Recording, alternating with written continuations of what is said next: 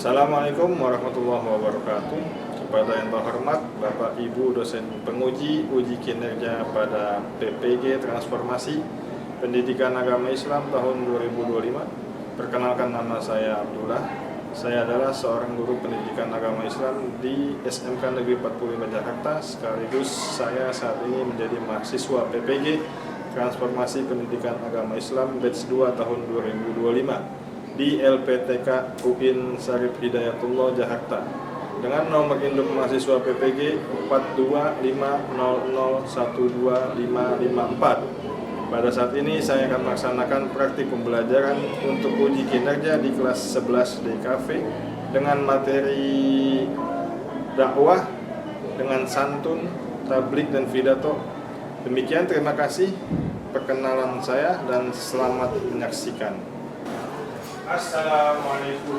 Waalaikumsalam warahmatullahi wabarakatuh.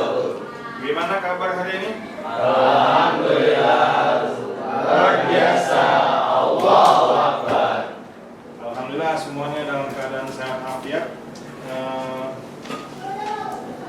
Sebelum kita mulai, coba saya ingin cek dulu kesiapan belajar kalian. Alhamdulillah semuanya sudah dalam keadaan siap.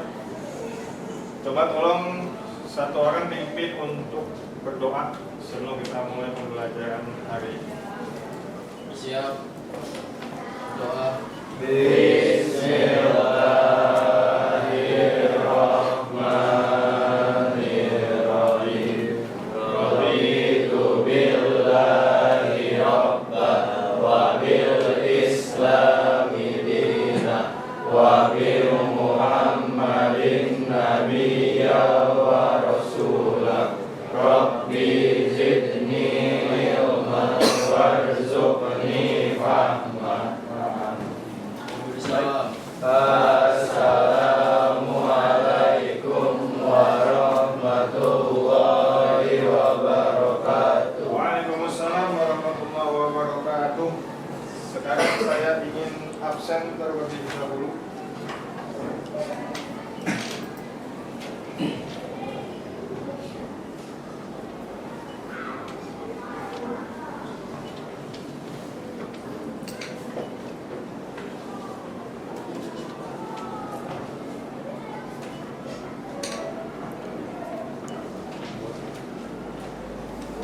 Akmal Faidus, Al-Malik Hakim, Khalifah Reza, lalu Arya, Widya Aulia Firly, Yasmin Nur Azizah. Oke, terima kasih sudah semua. Berarti ada 2 orang yang sedang berhalangan masuk. Baik, silakan duduk dulu untuk berkelompok. Ya, silakan duduk membentuk kelompok. Ya, silakan. Kita terus bersama ya. Buka Al-Imran ayat 104.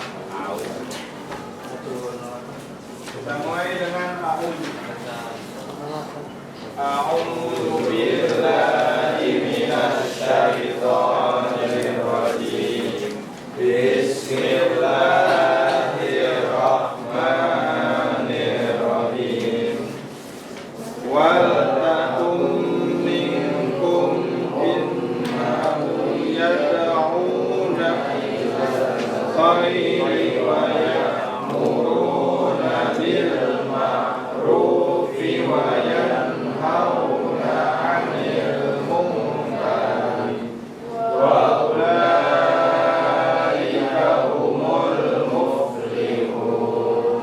lanjut. An-Nahl ayat 125. Bismillahirrahmanirrahim. Ud'u ila sabili rabbika bil hikmati wal mau'izatil hasanati wajadilhum billati hiya ahsan. Inna rabbaka huwa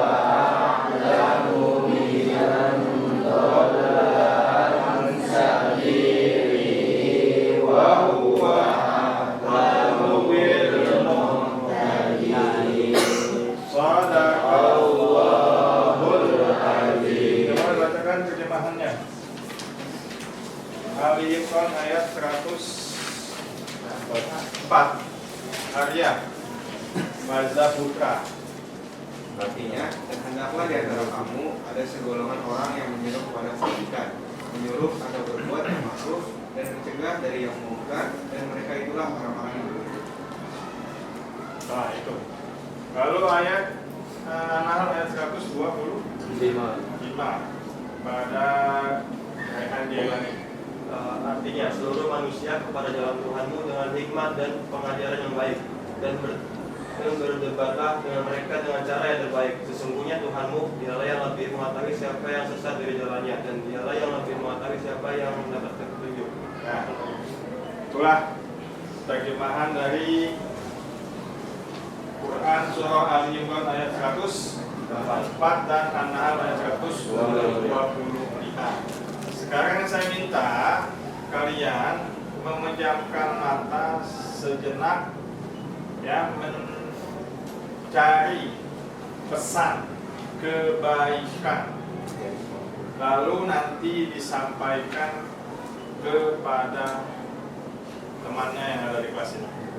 Dikasih waktu memejamkan mata mencari pesan kebaikan yang singkat dan bermanfaat 30 detik atau 1 menit deh. 1 menit ya, 1 menit memejamkan mata mencari pesan kebaikan. Nanti akan saya tunjuk, lalu sampaikan pesan kebaikannya, singkat dan bermanfaat.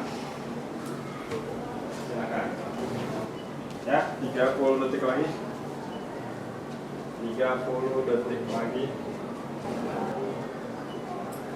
Oke, cukup. Coba tolong sampaikan pada Al-Malik. Silakan coba sampaikan pesan kebaikan yang singkat dan bermanfaat. Saya perlu diri nggak Pak? Boleh berdiri. Oke, surat Ali Imran ayat 104 menyampaikan bahwa berdakwah yang harus menyuruh kepada kebajikan, berbuat yang ma'ruf, dan mencegah dari kemungkaran, karena mereka itulah orang-orang yang beruntung, kata Allah Subhanahu wa Ta'ala. Oke, terima kasih. Siapa lagi yang mau mencoba menyampaikan pesan dan kebaikannya? Yang wanita nih, Kesha, Maulida, silakan. Kesha Maulida.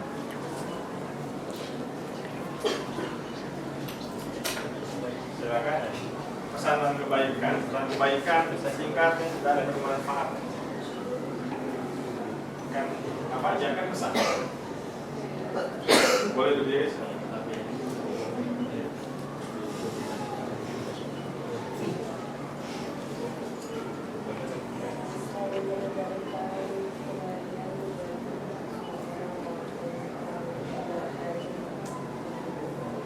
Agak dikit-dikit supaya temannya semua ngomong.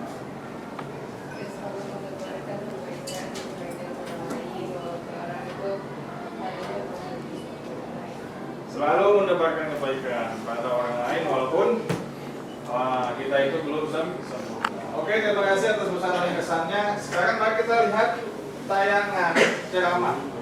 Dari ceramah ini nanti kamu ambil, ya, kamu ambil intinya, ya, pesan yang disampaikan oleh penceramah yang kita lihat di video berikut ini. Nah, ada kenal ini siapa namanya? Ustaz As'ad Latif, ya. Lucu dan terbaru. Oke, kita coba mulai. Belum mulai, oh ini. Jalanan saya capek sampai ke sini. Saya dari Makassar, naik mobil ke Pindrang, karena acara saya tadi pagi di kantor Bupati Pindrang. Naik mobil lagi ke Parepare, naik mobil lagi ke sini, berjam-jam baru sampai. Kenapa saya paksakan datang ke sini? Karena saya menghormati undangan Bapak Ibu sekalian. Jadi tolong hargai itu perasaan. Kalau saya ceramah simpel itu hati Cilada. Serius, jangan ketawa, serius kayaknya. Jangan kau siaran langsung. Kalau kau siaran langsung nanti ada kesalah ngomong saya viral lagi. Kita mau dengar ceramah Ustaz kalau pulang, gampang. Gimana caranya? Buka ke YouTube. Tulis Dasat Latif, ceramah Isra Mi'raj Wajo, keluar bini di sini. Kalau kau rekam sendiri, gambarnya tidak bagus karena HP itu sudah kabur. Nonton maka sudah itu kau nonton, jangan lupa like and share. Ya, jelas ya? Simpan HP. Pakailah Bismillahirrahmanirrahim. Innallaha wa malaikatahu yusalluna 'alaihi. Ya ayyuhalladzina amanu shallu 'alaihi wa sallimu taslima. Sesungguhnya Allah dan para malaikatnya bersalawat kepada Rasulullah Muhammad sallallahu alaihi wasallam.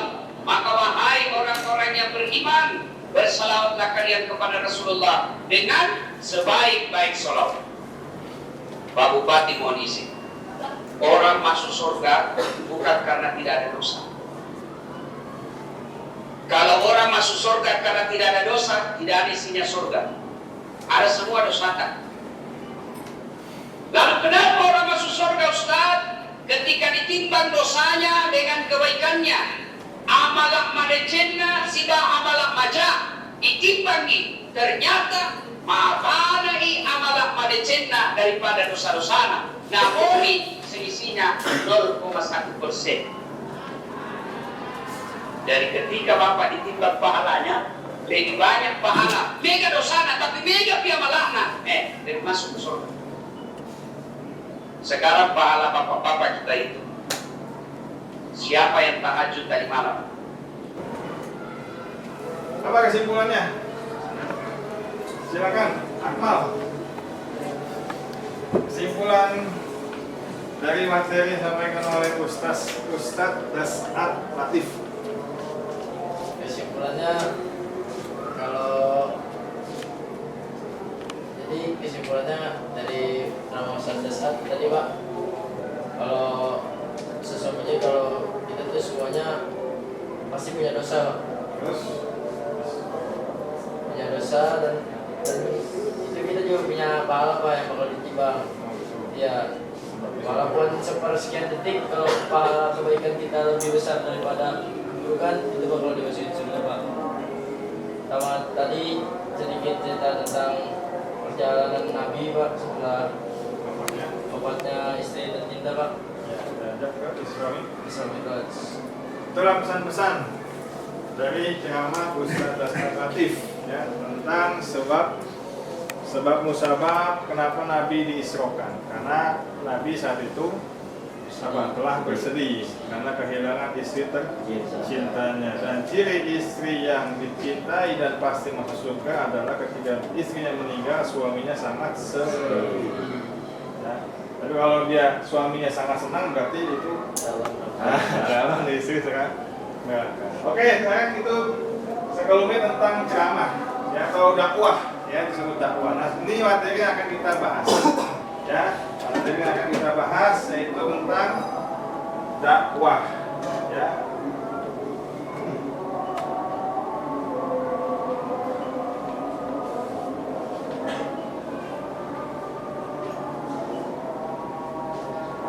Terlihat? Terlihat?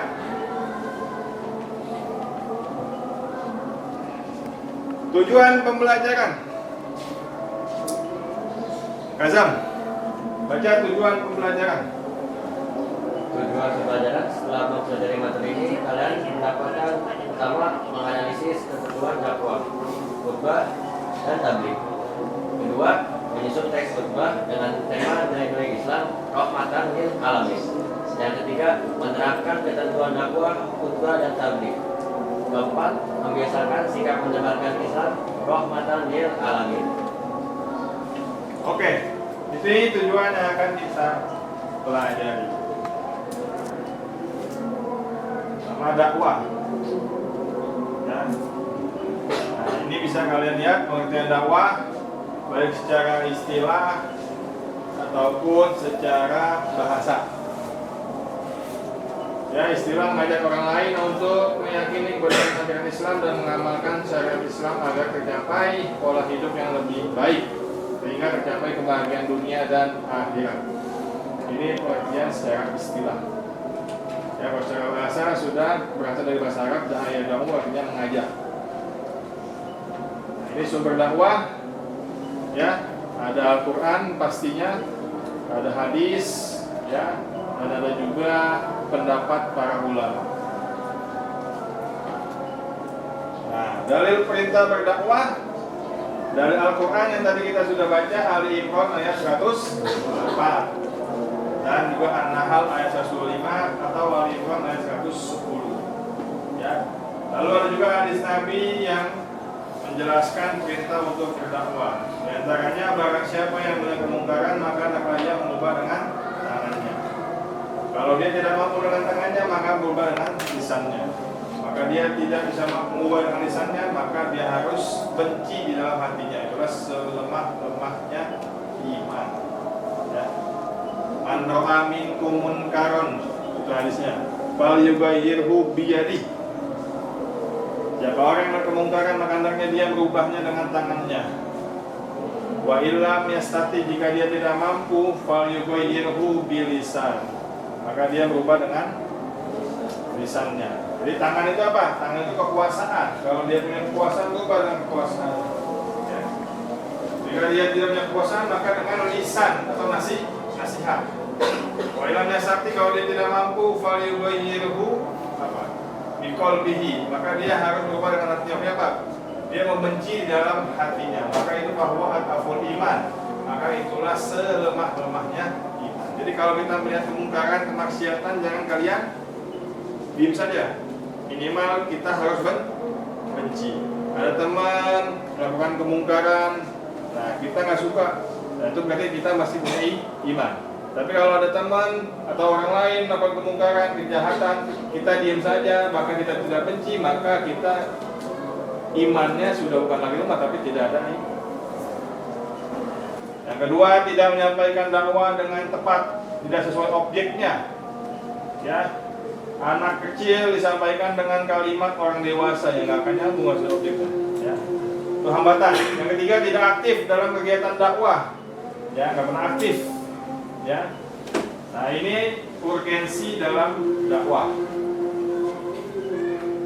Nah ini adalah foto para pendakwah, ya, yang sudah terkenal. Masih banyak pendakwah yang ini terkenal. Di antaranya adalah Ustaz Jeffrey Bukhari, Kiai Dudin MZ, Agib, Kiai Haji Abdul Somad, Ustaz Arifin Ilham, Mama Dede, Gus Baha, Ustaz Buya Yahya, Cak Nun, dan Ustadz Adi Hidayah. Oke, sekarang kalian sudah berkelompok, kalian akan saya bagikan lembaran kerja, lembaran kertas, lembaran kerja. Ya.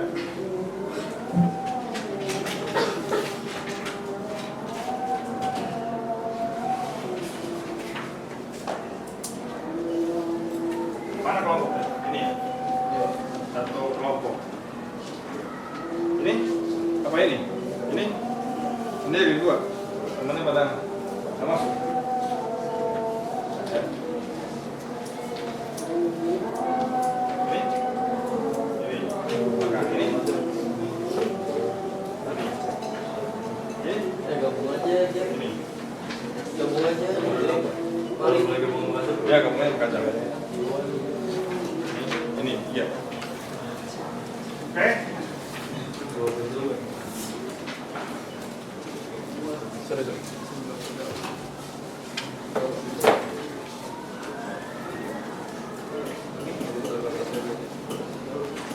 Sudah semuanya pegang lembar. Ya. Ada kelompok ya. Ya.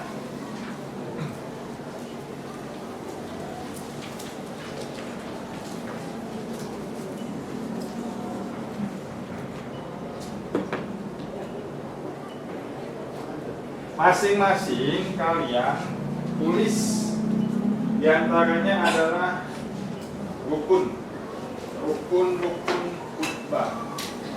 Ya. Terus yang kedua syarat-syarat dai. Syarat-syarat dai. Terus yang ketiga, metode dakwah apa yang paling mudah diterima oleh umat? Metode dakwah apa yang paling mudah diterima oleh umat? Jadi yang pertama apa tadi? Rukun-rukun dakwah atau rukun-rukun khutbah boleh. Yang kedua, syarat-syarat dai. Yang ketiga, metode dakwah apa yang lebih mudah diterima oleh umat, oleh orang yang didakwah. Silakan, ya. Silakan dikerjakan berkelompok. Silakan teknologinya.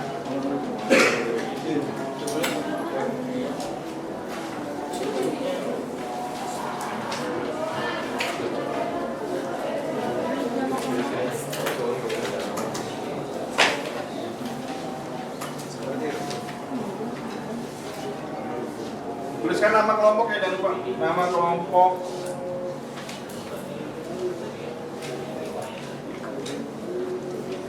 Bisa di pause kan? Bisa di pause, bisa.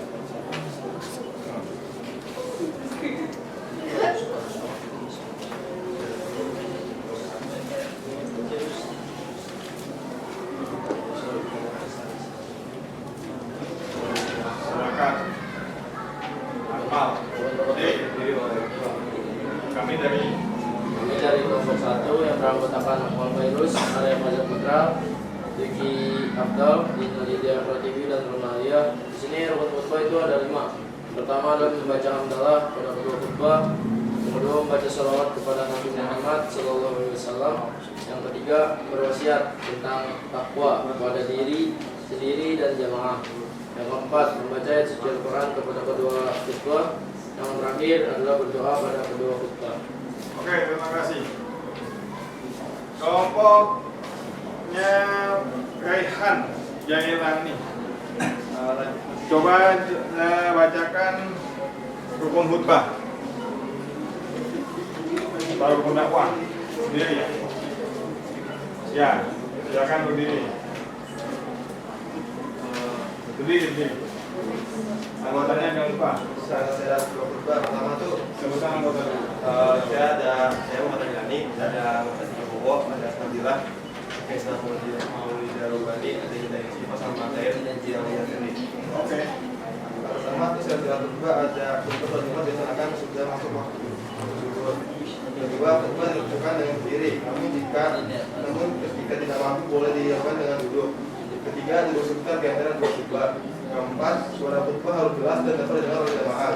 Kelima, tertib. Oke, terima kasih. Lalu jelaskan kelompoknya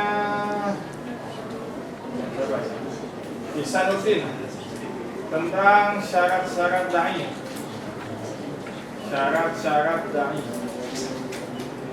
Perkenalkan saya nama saya Ihsanuddin Fidarum dan ada Rizka Inayah, lalu ada Inta Rizki Ati Mulyono, ada Muhammad Fahri Farizi dan Melida Nasya. Setelah menjawab soal nomor 2, syarat dai yaitu berilmu tentang Islam, berakhlak baik, ikhlas dalam berdakwah, sabar dalam menghadapi orang lain, dan mampu menyampaikan dakwah dengan baik. Oke, terima kasih. Syarat dai berikutnya Kazam Muhammad Kazam Ahmad. Syarat-syarat dai. Di sini saya dari kelompok 2 dengan beranggotakan Al-Malik Hakim, ada Sejarah Rizki, Muhammad Salamat, saya sendiri, dan Yasmin Anza. Syarat-syarat lainnya yaitu yang pertama, satunya kata dengan perbuatan, memahami objek dakwah, berani dan tegas, lalu memiliki ketabahan dan sabar, lalu terakhir tugasnya hanya menyampaikan dan terus berdoa. Oke, terima kasih. Lalu siapa lagi yang boleh kelompoknya? Kasya ya? Kasya Andri Putra. Metode apa yang paling cocok atau lebih diterima oleh umat dalam berdakwah? Bacakan. Perkenalkan, nama saya Raffandi Putra, yang berang meledakan saya sendiri Rasyadi Putra, Cikarang Erina dan Arif Hamzah. Metode dakwah yang paling cocok digunakan yaitu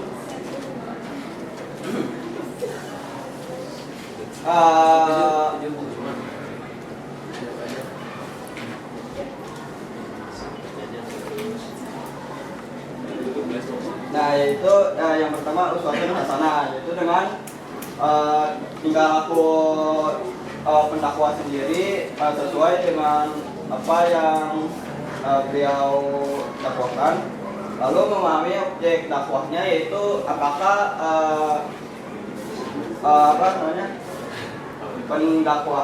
objek dakwahnya itu sesuai sasaran atau tidak, lalu memiliki keberanian dan ketegasan tetapi tetap bijak, lalu memiliki kesabaran yang tinggi dalam berdakwah, dan yang terakhir selalu berdoa kepada Allah Subhanahu wa taala bahwa dakwahnya tetap sukses.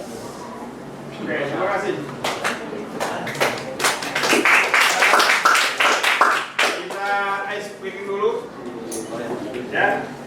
Karena tampangnya nih udah pada mulai lemes nih. Ya. Kita ice breaking dulu. Jika saya bilang tepuk wahid, berarti adalah tepuk 1 kali. Tepuk isnani, tepuk 2. Kalau saya bilang salasa, tepuk yang enggak. Ya. Paham nggak? Jika saya bilang tepuk wahid, maka tepuknya sekali. Tepuknya isna ini, maka 2 kali tepuknya. Tepuk arba'ah berarti 4 kan? 4 kali. Kalau saya bilang sintatun, tepuknya enggak? Enggak. Paham ya? Konsentrasi ya. Tepuk isna ini.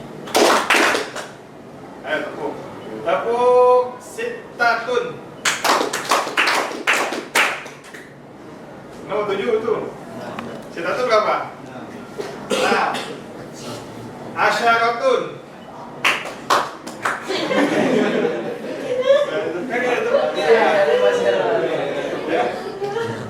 Asyaratun kan ada tepuknya. Ya. Oke, saya ulangi. Tepuk wahid.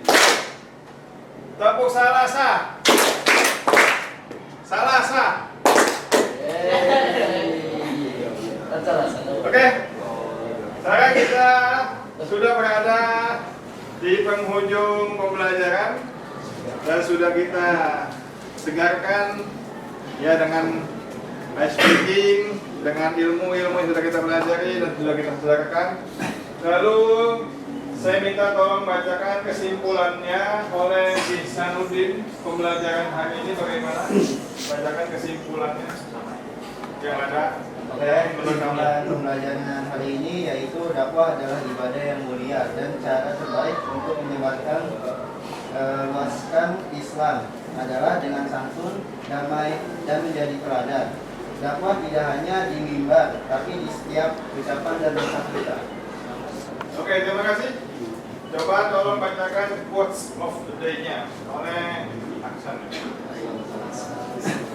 Quote of the day ya, ini dakwah cakupannya sangat luas, meluas di sebuah setiap muslim. Dakwah tidak berbicara dan berceramah, tapi setiap perbuatan sehari-hari yang mencerminkan tata nilai Islam, seperti berpakaian, menutup aurat, tidak menyelesaikan ujian, berbicara yang santun yang sopan, menghindari berita hoaks, saling bersilaturahmi, semua itu sudah bagian dari dakwah.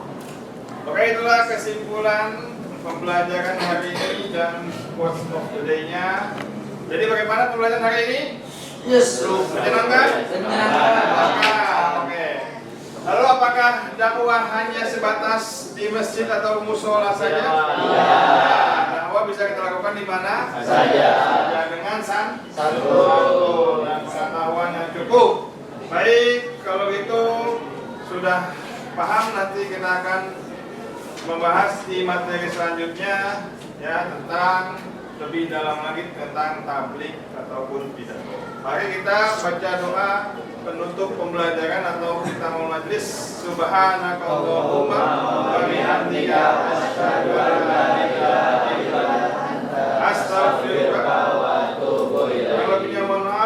akhiri. Wassalamualaikum warahmatullahi wabarakatuh.